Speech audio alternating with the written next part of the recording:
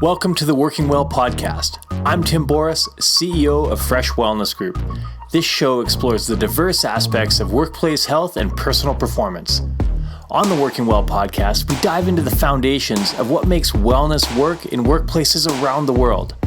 We connect with corporate leaders, executives, and industry experts who are helping make life more awesome at work and home. Join us to learn workplace wellness best practices, personal performance tips, and access resources to jumpstart your personal and corporate programs. Brian Kropp is the Chief of Research and Distinguished Vice President at Gartner. He oversees the lines of business that support Chief Human Resource Officers and their leadership teams. He works with this cadre of leaders to develop strategic plans that will attract, groom, and retain top talent. Dr. Kropp has authored more than 40 research studies at Gartner, led more than 200 strategy sessions with executive teams at Fortune 100 companies, and more than 300 executive education sessions across the globe. He's a frequent contributor to CNN, The Economist, The Financial Times, The Wall Street Journal, and other top media publications. Brian has been named to Human Resource Executive's Top 100 HR Tech Influencers and Engagedly's Top 100 HR Influencers lists. Brian, thank you so much for joining us on the Working Well podcast. I'm honored to have you here. And we can't start any interview without saying, what have the last 18 months been like for you? It's been crazy all over, and I know everyone has their unique situation. Yeah, in some ways, I'm sure it's pretty similar to others with balancing kids at home, my wife in the office upstairs, me in the office downstairs, and trying to balance all that. But the thing I have to warn you about a little bit, though, is we're one of those families that got not one, but two COVID puppies, because we had one dog before and we thought, getting one COVID puppy was a good idea. And then my very persistent daughter, who I love dearly, for about 7 or 8 weeks straight, every day came to me and was like, Daddy, can we get a beagle puppy? Daddy, can we get a beagle puppy? Daddy, can we get a beagle puppy? And eventually that happened.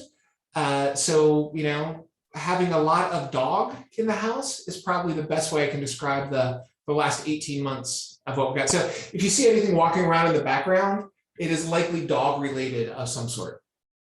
Absolutely. Well, our kids not a ghost if the door opens up. It's a dog coming and checking things out. Well, kids are very good at being persistent that way, and ours are still home in Canada. We start our first day of schools tomorrow, so they're still home. So if we see them running around in the background, that's what it is. And so in your line of work as well, I've said to a few other people, we're going through the biggest experiment that's ever happened, and there's so much data, so much research out there. What are some of the things jumping out most to you, especially over the last few months with people getting back to work? Yeah, so there's a variety of things to kind of think about and look at. If we go all the way back to where we were in February, March of last year, one of the big things that we certainly saw during that entire time period, and what we were concerned about was, with the movement to working from home, are our employees going to actually get work done, or are they just going to sit around and kind of watch TV and eat pizza all day and take naps? Or are we actually going to get things done or not? And one of the big things that we've learned is that our employees can be incredibly productive and high performing working from home versus coming to the office. And all of the data and evidence suggests that in fact is true, that performance has not suffered. Then the other thing that people were really concerned about during this whole period was, will our employees be resilient or not? Will they be able to find a way to make it through or not? And when you think about all of those challenges and all the concerns that we've had about the mental health of our employees, about the capabilities of our employees to kind of make it through, there's huge amounts of concern around that. But one of the things that we're really struck by is that even with all these concerns about our employees being resilient, they actually made it through in a lot of ways. They, in fact, were incredibly resilient. But the question becomes, at what cost? And while they were able to make it through, they were knocked down so many times and they kept getting back up. What was the real true cost of that? Which is something that we don't often think about. But it's interesting. Our very nature as human beings is to find a way through, but it's just how difficult it is from that perspective. So a lot of focus and attention on that. And then now there's an enormous amount of attention that executives are really focusing on and thinking about as workplaces kind of open up, then shut back down, then kind of open back up again and shut back down again. And literally we were collecting data on this last week, and what we found is 66% of companies have delayed their office reopenings because of the Delta variant. And so where a lot of companies were planning on reopening their workplaces in the fall as schools open back up, now most of them are saying, we'll see you in January. From that perspective, been a real shift out. So, put all that together, I think my biggest takeaway from the last 18 months is that what we know this month is different than what we knew last month, and it's going to be different next month, what we know and what we're doing and what we're talking about. That's probably the biggest takeaway from this whole experience. Yeah. And that brings up a great point. And to the bigger picture perspective, research and data it's always changing, and you're able to pull out new information as things shift. Mm-hmm. In a world of misinformation where everyone with a Facebook or a TikTok account is an expert or influencer, how do you get like valid, solid research and data to shine through? Yeah, it's incredibly tough. We're a little bit lucky / blessed / hardworking, kind of depending upon where we are in any given day. But we survey about 1 million people per year. And we ask them on an ongoing basis all sorts of questions about their performance, their relationship with their manager, overall feelings of health and wellness, kind of you name it, anything about work, we're collecting survey-based data on. We also run the exit surveys for about 300 companies. We run the new hire surveys for about 400 companies or so. So we collect all of that data. We also download a copy of every job posting that's put on the internet effectively and analyze that to understand what it is that companies are looking for from a talent perspective. We survey heads of HR every month, and we usually survey about 300, 400 of them or so to get a sense of what they're thinking about. And then the other part of it, we have just within our HR practice in Gartner, we have, upwards of 1,500 to 2,000 conversations a month with those executives in a much more qualitative sense. So we put all of that together, we analyze all of that to try to figure out what's actually happening. Yeah. And it used to be the case that we'd figure out an answer to something, and then that answer would be good for a couple of years. And now we find that that answer to something is good for a couple of weeks, maybe a couple of months if we're lucky. So just the cycles of everything has gotten so short that you have to be constantly on top of it. And the other part of that is just to be willing to say, hey, what I thought I knew last month might not be true anymore, and okay to admit that the world's changed and your beliefs and advice might need to change along with that. And that's okay. Yeah, and that because you're typically dealing with C-level or at least VP executives, and you're getting really good quality information, how are you seeing the communication throughout companies being able to share that information with employees? Yeah, because they're not getting, the employees are not getting that information typically. For the most part, no. So here's something really interesting for you. Then this is work that we've just been doing really recently about as we switch to a more remote / hybrid world, and there's fewer employees in the office, and a lot of that informal communication starts to go away. Do employees actually have a good sense of what's happening at their company? And the vast majority of them say no, that they've lost sight as to what's going on, not only in terms of what the company's doing, what the company's trying to accomplish, which is really important, because that lack of transparency, that lack of understanding creates all sorts of perceptions of unfairness. Like, I don't know what's going on. Someone else has better information than me. I feel like I might be treated poorly because of that. So there's all sorts of questions there. But where it actually starts to play out, or in addition where it plays out, which is really, really scary, is lack of information that managers have about their employees. So there's kind of a communication question about helping employees understand what's going on. But the information gap actually will be the most problematic, where it's managers not understanding what their employees are actually doing. So, I mentioned a little bit ago that all of the data that we've looked at, employees that are working remote or hybrid, their performance levels are give or take the same as employees that have been coming to the office. You don't see any consistent differences or any consistent changes or patterns in office versus remote from a performance perspective. But the majority of managers disagree with that fact. So about 2/3 of managers believe that employees that come into the office are higher performing than employees who work from home. A similar amount say they're more likely to promote someone who's in the office than somebody who works from home, even if their work is the exact same. And they're more likely to give bigger comp increases to people that come into the office than people who work from home. So that is bad by itself because it means bad performance management, bad decision-making, bad reward strategies. But I'll layer something else on top of that, which just makes it downright scary and wrong, which is men are more likely to want to work from the office and women are more likely to want to work from home.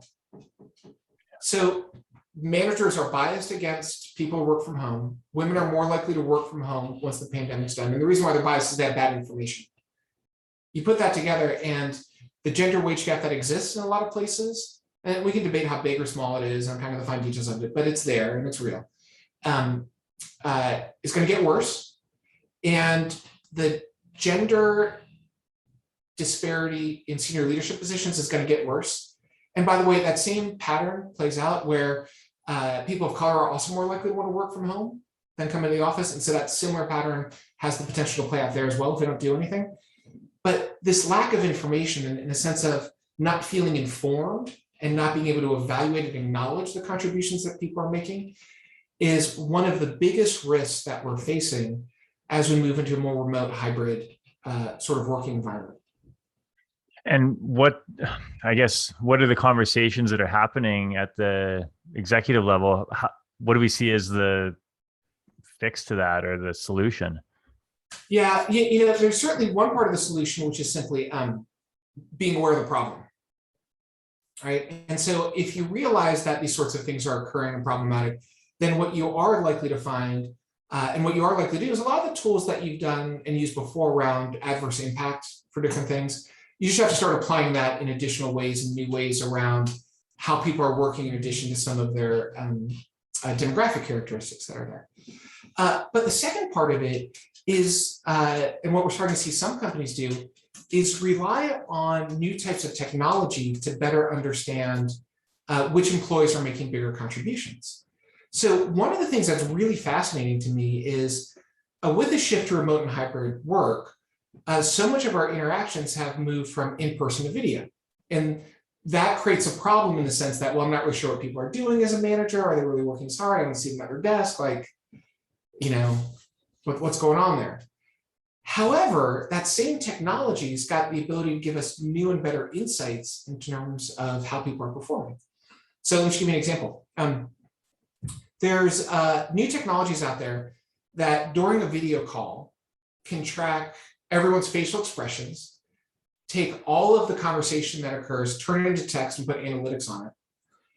And then the combination of all those sorts of things, you can basically look at who's making the biggest contributions in this meeting. So if I speak and everyone else nods along, and it's like, oh, very smart, then I would get more performance points to show that I was having a bigger contribution.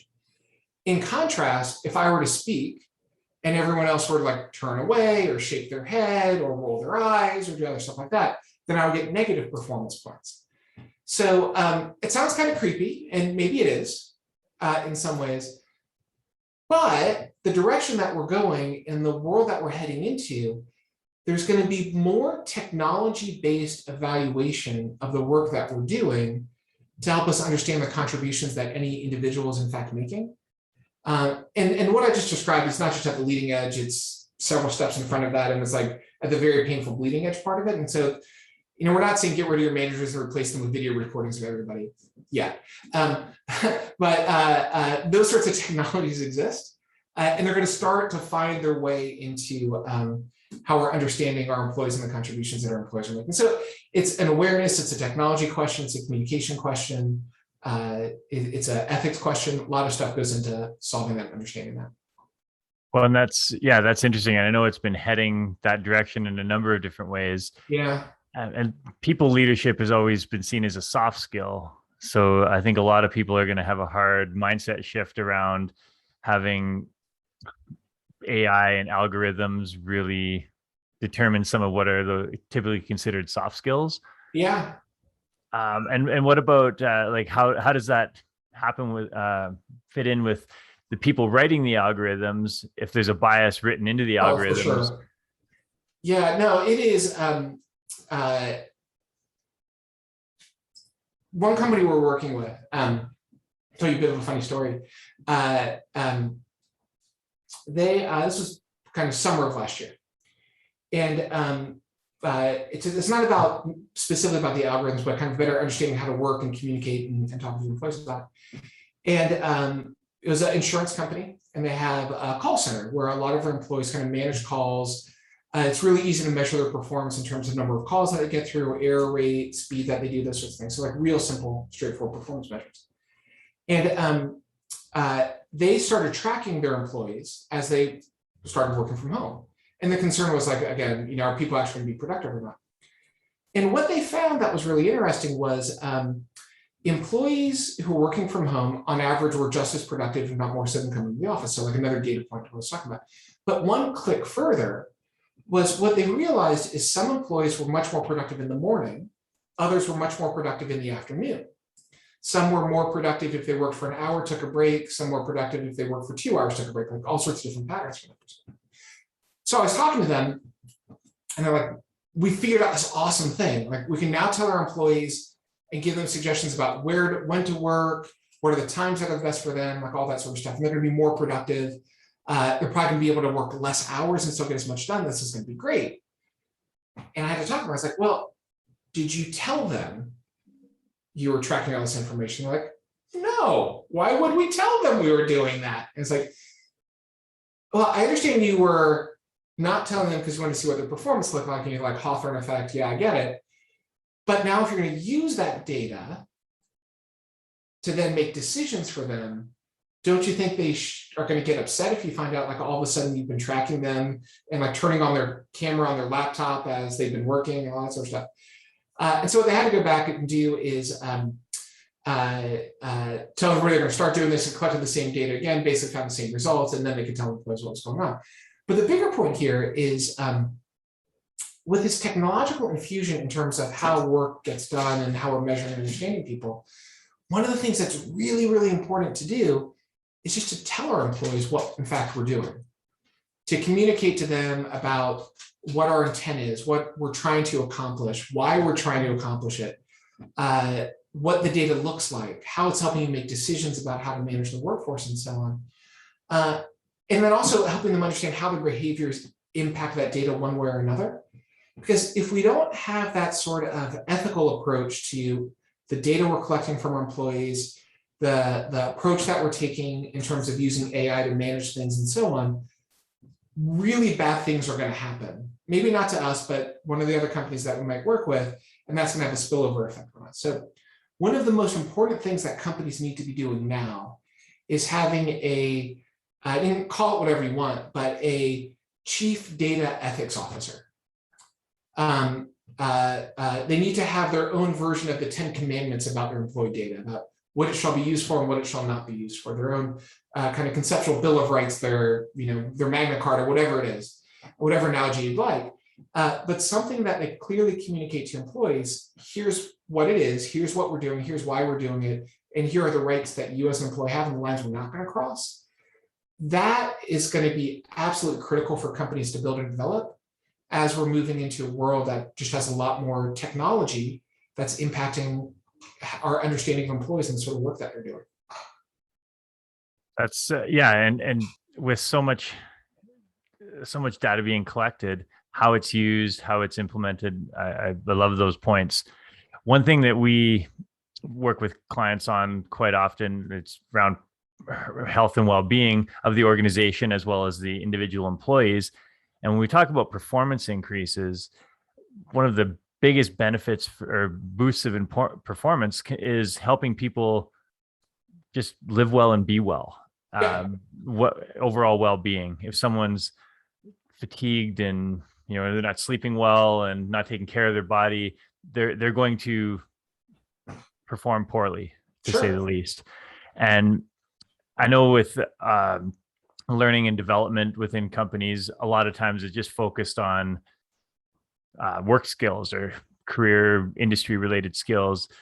But we've started to see more companies now looking towards teaching people personal performance skills. Yeah. Everything from planning and organization to things like you mentioned, when they're most productive. Are they most productive in the morning? How to batch tasks effectively, and companies are starting to look at setting up their work days to allow employees to perform at their best, Mhm. instead of, hey, we've got 24 straight meetings back to back on Zoom, and you might have 3 minutes to go use the washroom at some point, but that's Sure. about it. And so what are you seeing in the data related to that, and like learning and development and Yeah. restructuring the I guess not just hybrid, but even in the office work days?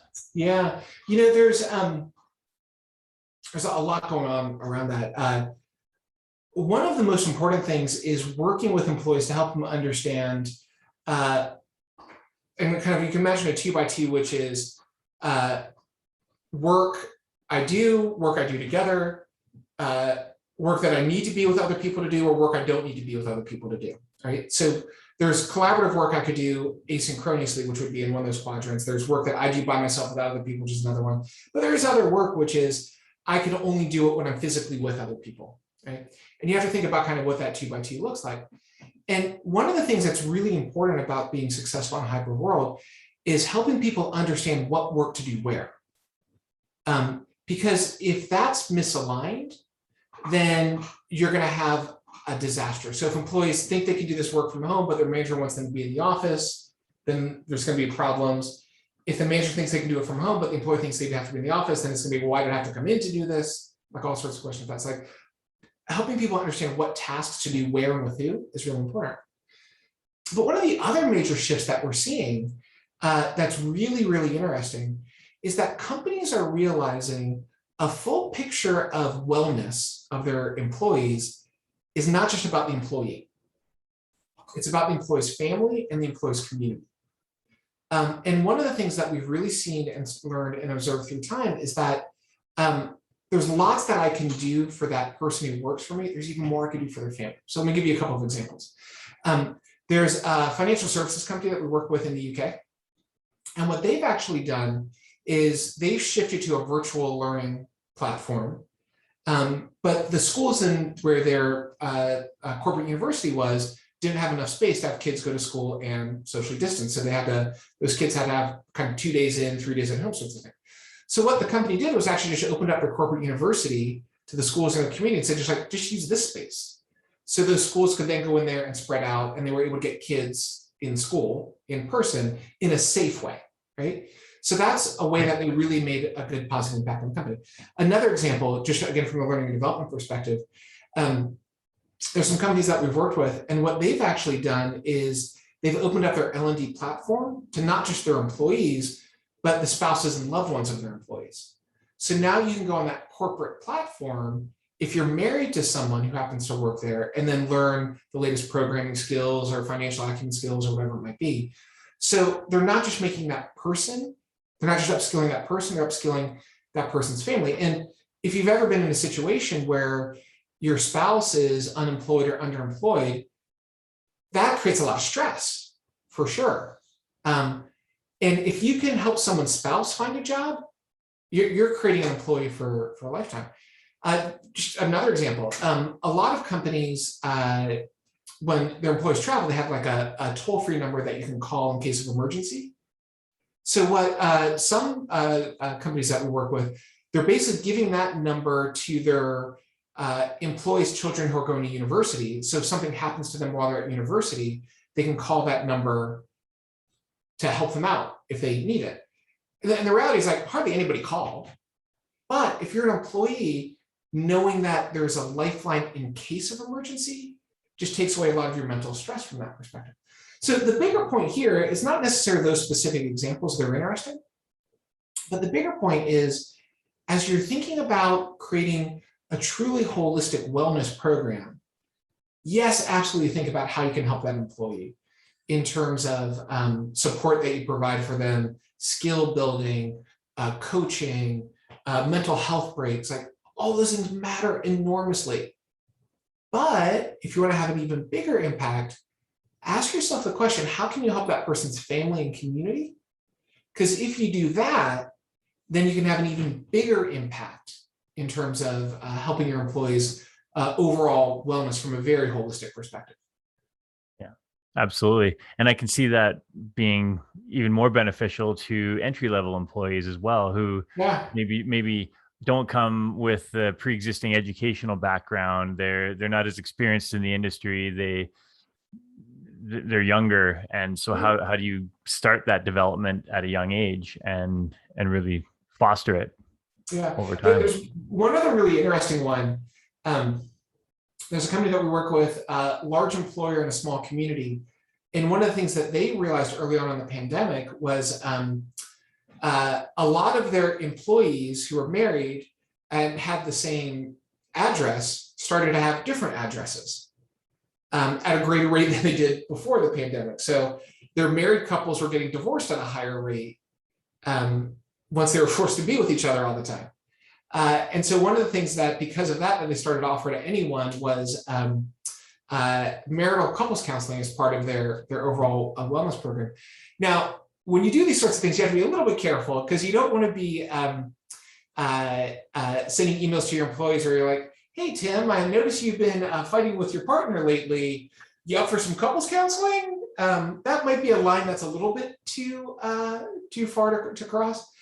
But are there other things that you can recognize about what's going on with your workforce that gives you a sense of, are there new types of support that you want to be providing to your employees to help them out?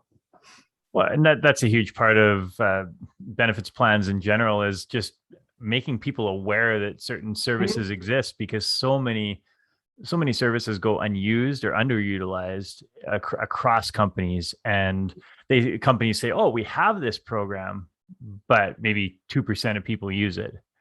Well, this is actually a really important point, because the way that we evaluate the ROI a lot of those programs is based upon usage.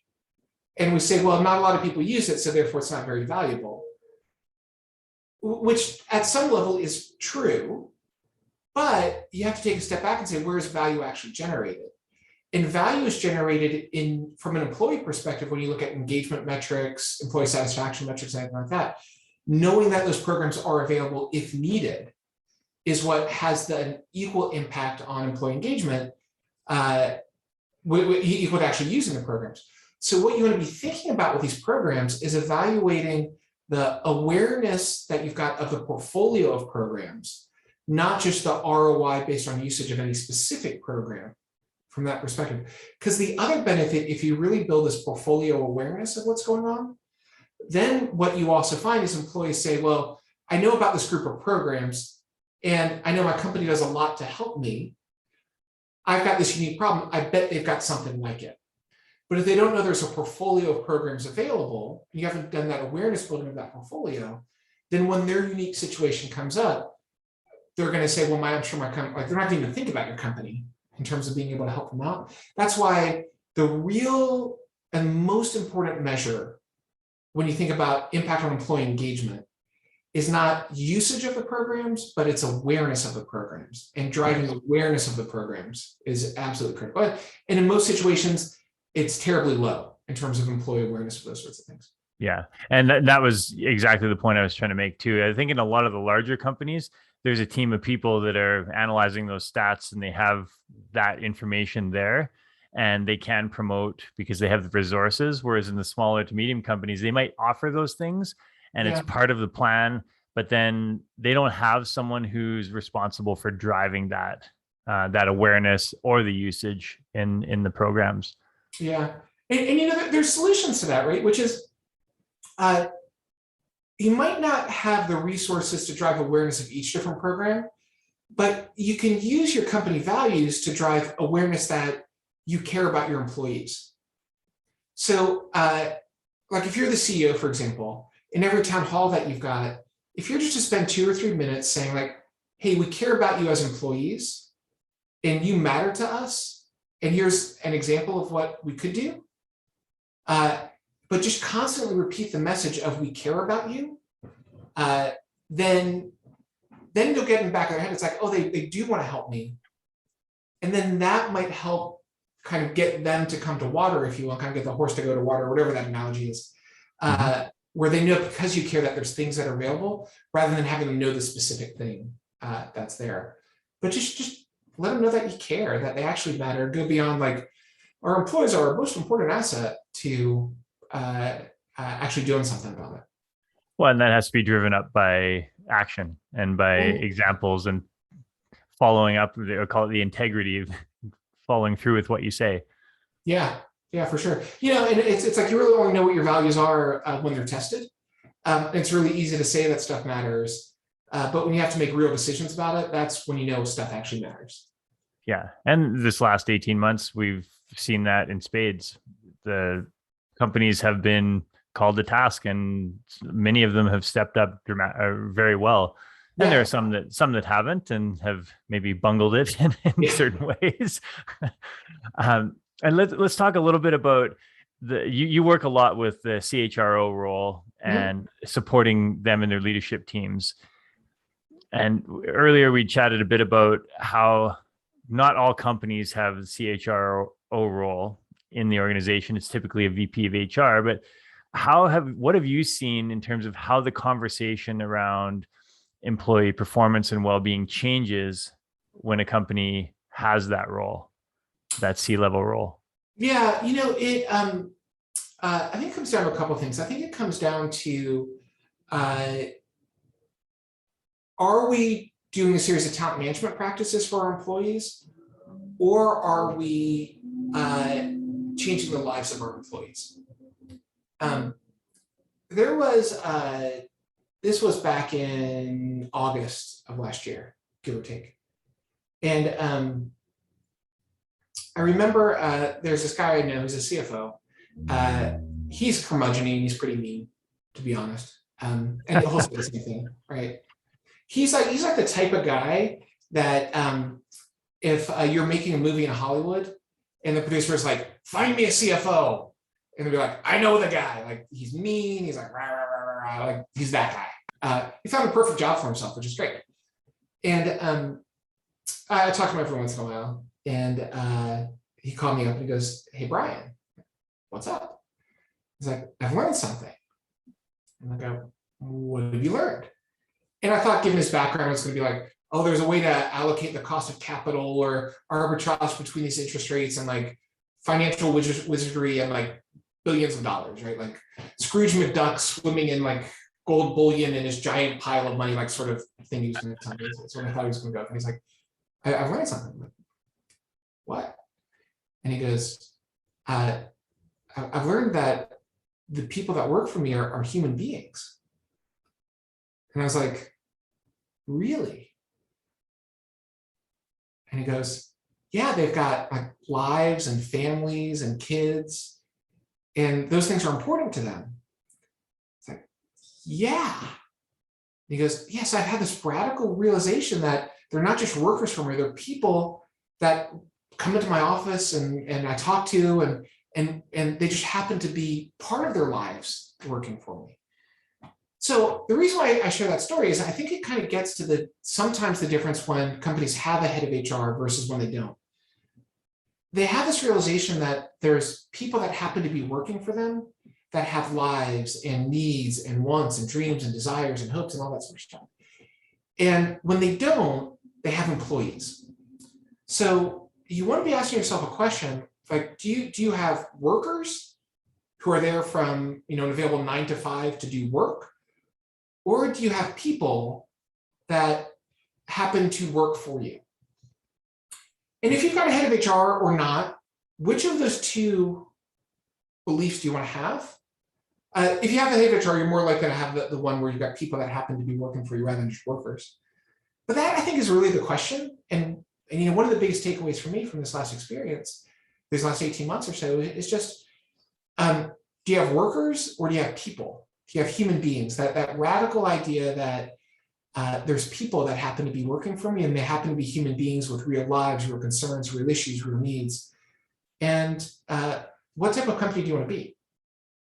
That I think in so many ways, how you answer that question defines so much of the decisions that you then make about the wellness investments you want to make, the rewards decisions you want to have, the culture you want to create, why you should have an office building or not, what is the purpose of it, all those sorts of things. But that, at its core, I think is the most fundamental question.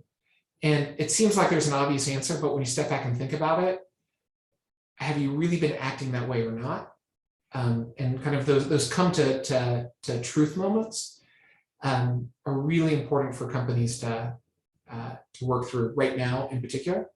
As we've gone through Delta variant, who knows what's going to happen next? Open up workplaces, who knows what's going to happen next?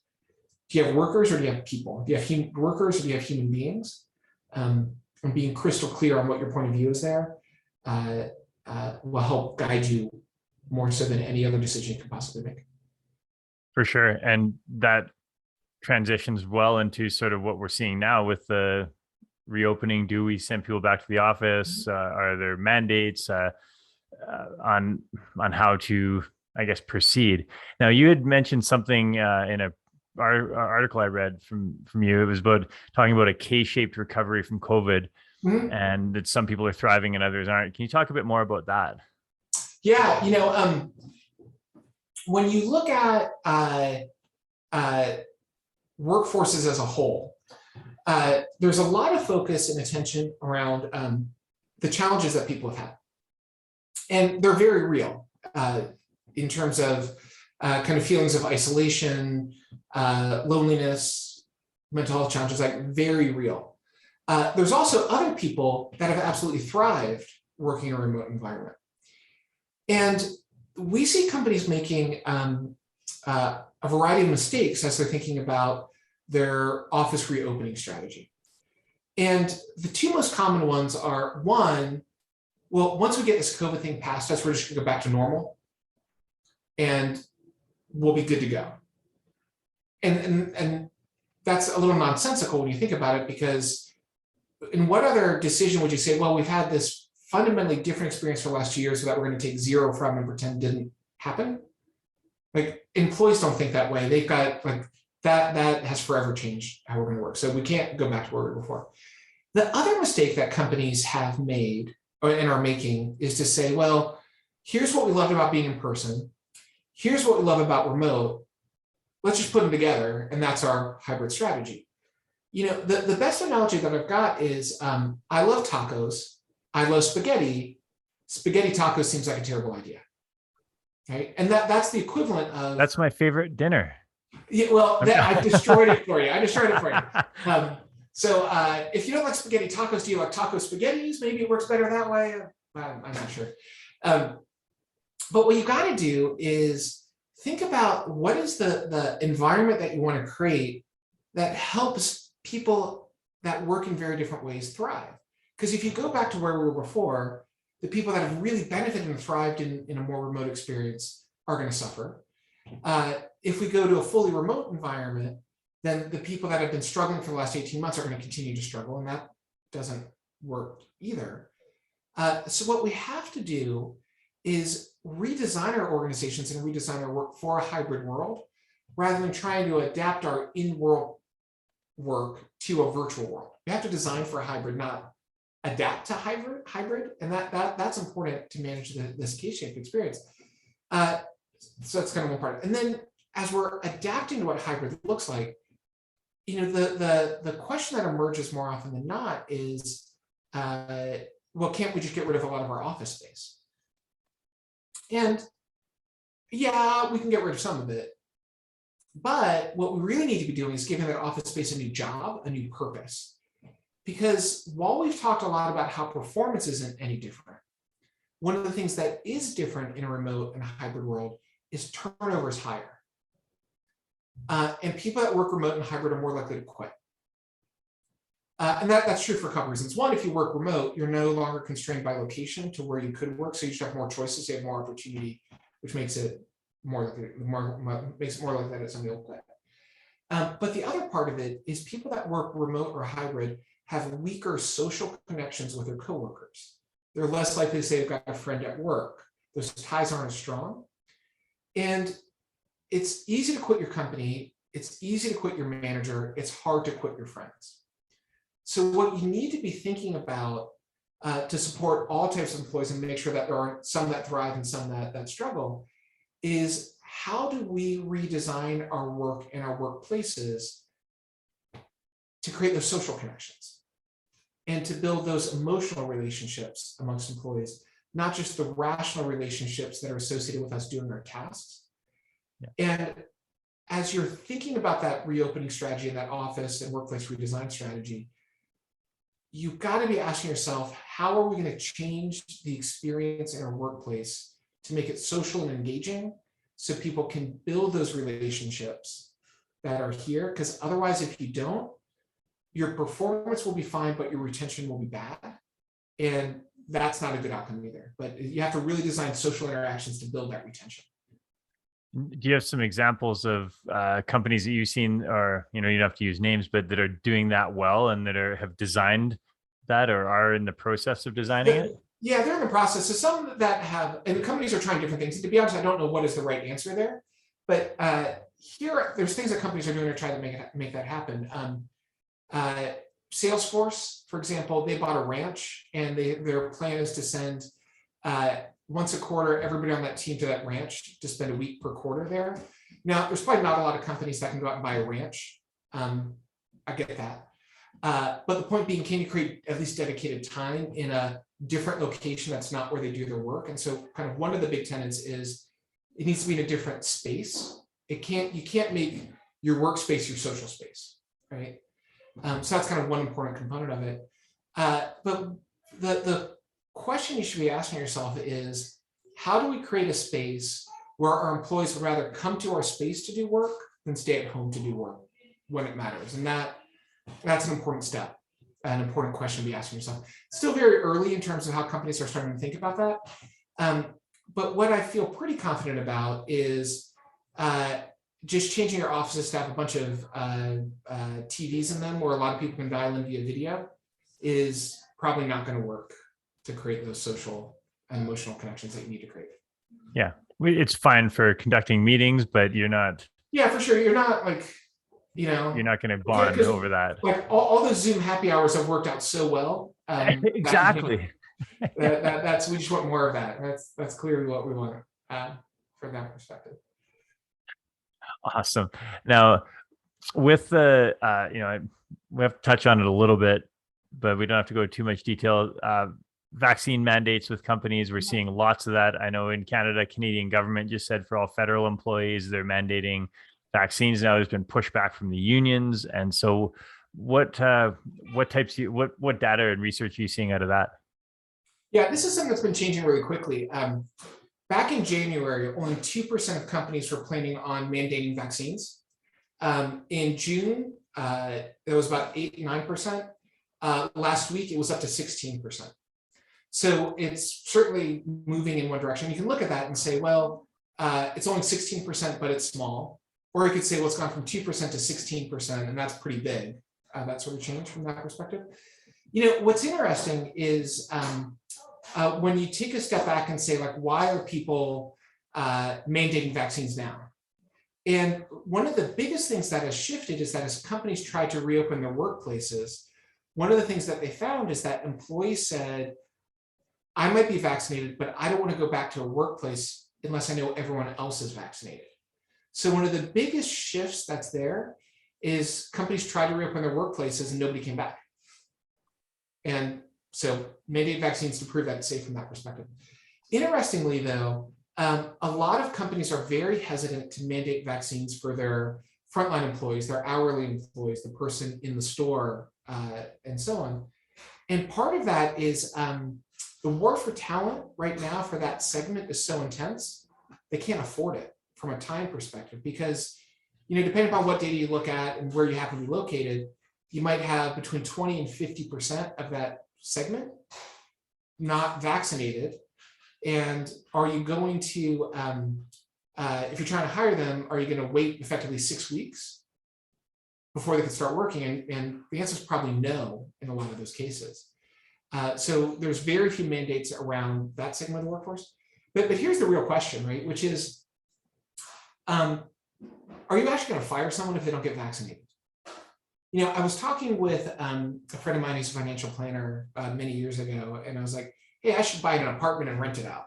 Like, what do you think about that? And he's like, you could do that, but here's the question you have to ask yourself. If there's a single parent who's lost their job and can't make rent, are you going to kick them out? And I was like, no, I can't do that. I'm like, you should not be a landlord. And he was right. It's the same thing with the vaccine mandate. If you're not going to fire people who don't get it, you shouldn't put a mandate in. Because if you have a mandate that you don't enforce, then it's just meaningless. And worse, if your mandate says you're not allowed to come into the workplace if you're not vaccinated, you get to continue to work from home, then it's like, well, I'm not vaccinated then, because then I get to work from home and you can't force me, right?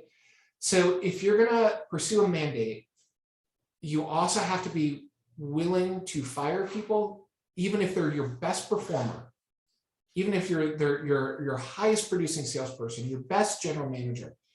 If you are not willing to fire that person, if they're not vaccinated, you should not put that mandate in. And there's plenty of companies that are willing to do that. But as you're making that decision to put a mandate in or not, are you willing to fire your best sales performer? Are you willing to fire your best general manager if they're not vaccinated? And for that reason alone, maybe not, but that's the question one of the questions you should be asking yourself about this. Well, and it's going to be fascinating to see how this plays out over the coming few months. Mm-hmm. Because I think, we're going to have a whole ream of new data and company, guess, decisions to make, to look at for the future. We'll see how that goes. Yeah. And, what we know this month, all that I know about what I know this month is that next month it's probably going to be different. Yeah. So based on all the stuff we've talked about and what you've seen happening for companies trying to really provide the best health and well-being for their employees, what are the top 1 to 2 things that they can do that doesn't require massive infrastructure changes? How do they benefit employee health and well-being the most? I think there's 2 things to really be thinking about. One is this radical idea that your employees are actually human beings, keeping that in mind. And then 2, the other question to really ask yourself is, am I being fair to my employees? Because as we go into this next generation of work and this hybrid experience, there's going to be all sorts of situations where things are inequitable. Like, who gets to work hybrid and who doesn't? Because by the nature of some jobs you can and others you can't. For the people who can't work hybrid, what are you going to do? Is that just you picked a bad job, or are you going to do something else for them? But thinking about how you're being fair and equitable to your employees, those 2 questions, or 2 things, like they're human beings and how are we fair to our human beings, our fellow human beings? Apply the first thought, the second question will guide you to a good result in 90% of the decisions that you make. Awesome. Thank you so much, Brian. You've been a wealth of knowledge and insight, and I appreciate you joining on the show.